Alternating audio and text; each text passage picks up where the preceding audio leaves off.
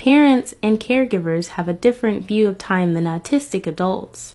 Autistic people don't understand that parents' domain is the present because the here and now affects the future, which is scary for most of us. Parents don't understand that autistic adults are living in the future their loved ones will eventually. If you take a gigantic step back or have the dual role of parent and autistic adult, you will notice both sides of this community want the same things. We all need more services. We all need stable housing and steady income that isn't forced poverty. We all need public understanding of our differences and acceptance. But our two opposite perspectives of the here and now and future make us seem like we need and want different things. So there are terms we use in this community that we interpret differently and feel we are arguing, when actually we are just saying the same thing in opposite ways. The main three terms are can communicate, listen, and independence. More on those terms coming up. Autistic adults say and deeply feel that everyone can communicate, and they are absolutely correct. Parents say that their loved one can't communicate to, and they are absolutely correct as well. Remember how I said in part 1 that parents live in the present day?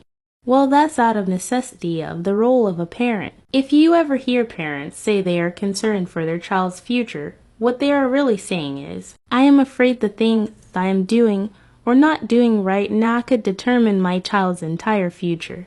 It always feels like I can't do or be enough, and if they're not communicating right now what they need, it's that much more difficult for their future. 99% of caregivers are not thinking that their child not being able to communicate things like pain, anxiety, or even favorite things are harder for them as caregivers at all. They are thinking, we need this communication thing to happen now so we can make up or catch up for important things now. Because now means the future will be better. And a good future is my job as a parent. Not being able to communicate now affects the child's life, of course. But we cannot neglect that parent and family feelings matter. Their feelings directly impact their autistic loved one. The lives and deep feelings of a caregiver and who they care for are linked. More in part 3. Go back and watch the first parts. So caregivers mean that they are missing crucial parts of their loved one, which directly affects how well they feel they can even do parenting. Because if I can't help them now, will I be able to ever do it? Amongst millions of other concerns. But parents, listen to autistic people when they say your loved one can communicate. Remember when I said there are people on social media and in real life at this moment who are currently living in a way that your loved one would. Basically, your future is someone's present-day experience. When disabled people say your loved one can communicate, that can is loaded with a lot of assumptions. The good kind of assumptions.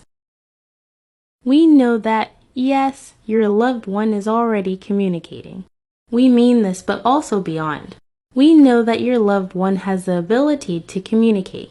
The assumption is that a communication system with or without technology will somehow be accessible eventually. If they currently can or cannot is not what people are questioning here.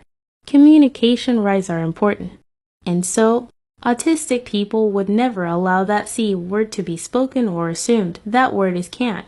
Society has historically denied the communication rights of non-speaking autistic people because of the misuse of that double meaning of can in this context. More in next part.